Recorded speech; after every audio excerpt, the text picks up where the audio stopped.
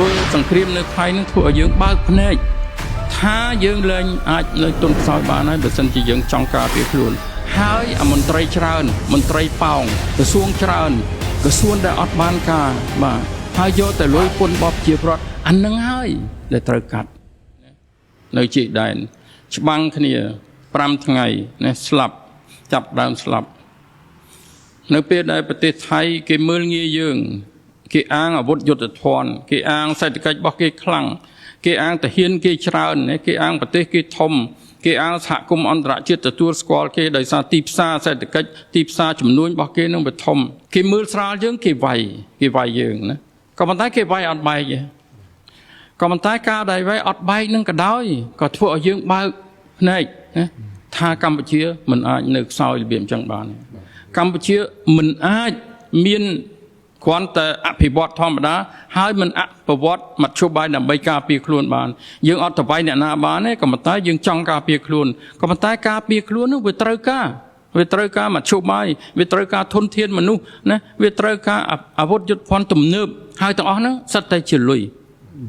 សិតតែជាធនធានដែលលុយហើយលុយនឹងបានមកពីណាលុយនឹងបានមកពីបងពុនបានទៅខ្ចីគេបញ្ចេញរបស់របរតាមរយៈពាណិជ្ជកម្មហ្នឹងទៅក្រៅដើម្បីឲ្យយើងមានលុយយកមកបំរុងទិញអស់ទាំងបងប្អូនឃើញថាដេញថវិការបស់យើង2026យើងឃើញឡើងប្រមាណណាបាទនៅក្នុងមួយចំនួនធំរហូតដល់យើងខ្ចីគេ$2,000 លានហ្នឹងគឺប្រគ្រប់ហ្នឹងណាគឺមួយផ្នែកធំណោះតម្លើងកន្លែងការពារជាតិធ្វើសង្គ្រាមនៅថៃនឹងធ្វើឲ្យយើងបើកភ្នែកថាយើងលែងអាចនៅទុនខ្សោយបានហើយបើសិនជាយើងចង់ការពារខ្លួន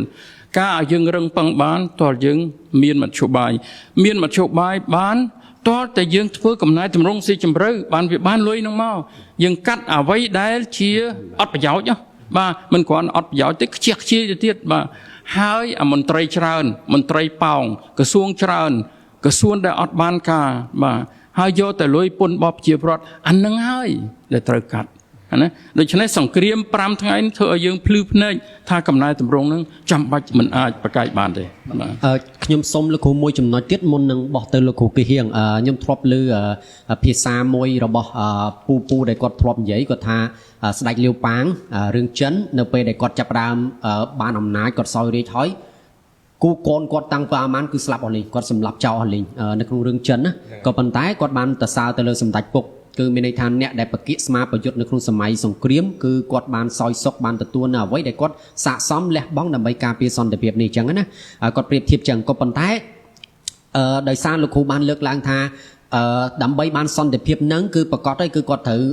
រួបរวมសាមគ្គីឬក៏សមាហរណកម្មនយោបាយសិនក៏ប៉ុន្តែបញ្ហាគឺត្រង់ថាខ្សែនយោបាយកាន់តែប៉ោងទៅក្រសួងក៏ចាប់ផ្ដើមរិច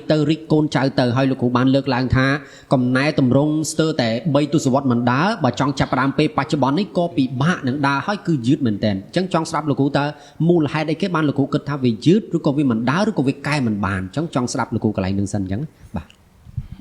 ពលមន្ត្រីរាជការទាំងអស់ហ្នឹងដែលជាសមាជិកខ្សែទាំងអស់ហ្នឹងមិនដុំថ្មទេ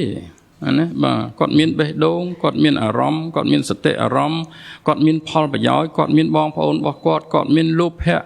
ណាគាត់ចង់បានផ្ទះល្អលុយច្រើនកូនរៀនទៅក្រៅល្អមានឡានទំនើបអីជិះម្ល៉េះហើយគឺថាអាហ្នឹងជាសភាវគតិរបស់មនុស្សជាតិណាបាទក៏ប៉ុន្តែនៅត្រង់ថាតើឆន្ទៈនយោបាយដើម្បីកាត់ផ្ដាច់ឲ្យអស់ហ្នឹងវាខ្លាំងដល់កម្រិតណាណាគឺនៅត្រង់ហ្នឹងទេបងប្អូនចាំខ្ញុំលើកយកឧទាហរណ៍មួយបាទនៅពេលដែលប្រជុំកម្ពុជាអាស៊ានមួយនោះបាទមន្ត្រីអាស៊ានទាំងអស់ហ្នឹងគឺថាគេសិតទៅអួតពីនាឡិកាគេសិតទៅអួតពីអីស្អីថ្លៃប្រកាសសេហ្នឹងសិតទៅរាប់ពាន់$អីបិចអីណាបាទដល់ទៅភរិយាលោកនាយករដ្ឋមន្ត្រីសិង្ហបុរីគាត់កាន់កាបូបមួយយ៉ាងសាមញ្ញគេសួរគាត់ថាកាបូបហ្នឹងថ្លៃប៉ុន្មានគាត់ថា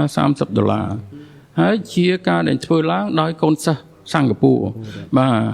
ហើយគាត់លើកតម្លៃអាហ្នឹងហើយគាត់ថាខ្ញុំមានមោទនភាពណាដែលខ្ញុំកាន់កាបូបមានតម្លៃប៉ុណ្ណឹងមែនប៉ុន្តែវាមានអត្ថន័យសម្រាប់ខ្ញុំណាបាទពួកយើងអត់ត្រូវការលុយហ្នឹងយកមក ពាក់អីទេខ្ញុំដាក់ស្អីរបស់ហ្នឹងបានយើងទុកលុយហ្នឹងដើម្បីអភិវឌ្ឍជាតិដើម្បីការពារជាតិដើម្បីវិស័យសិក្សាធិការឲ្យកូនចៅយើងរៀនបានសូត្រល្អទៅវិញអានេះជាទស្សនវិស័យនៅពេលដែលយើងដឹកនាំវាដឹកនាំដើម្បីប្រជាពលរដ្ឋដឹកនាំដើម្បីប្រទេសឬមួយក៏ដើម្បីខ្លួនយើងឬមួយដើម្បីគ្រួសារមួយយើងឬមួយដើម្បីខ្សែរបស់យើងនេះជាជំរឿដែលយើងត្រូវតែជ្រើសរើសបាទហើយខ្ញុំសង្ឃឹមថាឧបសគ្គពីអតីតកាលតាម៉ាហ្នឹងនឹងថមថយទៅហើយឆន្ទៈនយោបាយនៃអ្នកបន្តវេនវ័យក្មេងហ្នឹងនឹងផ្លាស់ប្ដូរស៊ីជម្រៅខ្លាំងមែនទែន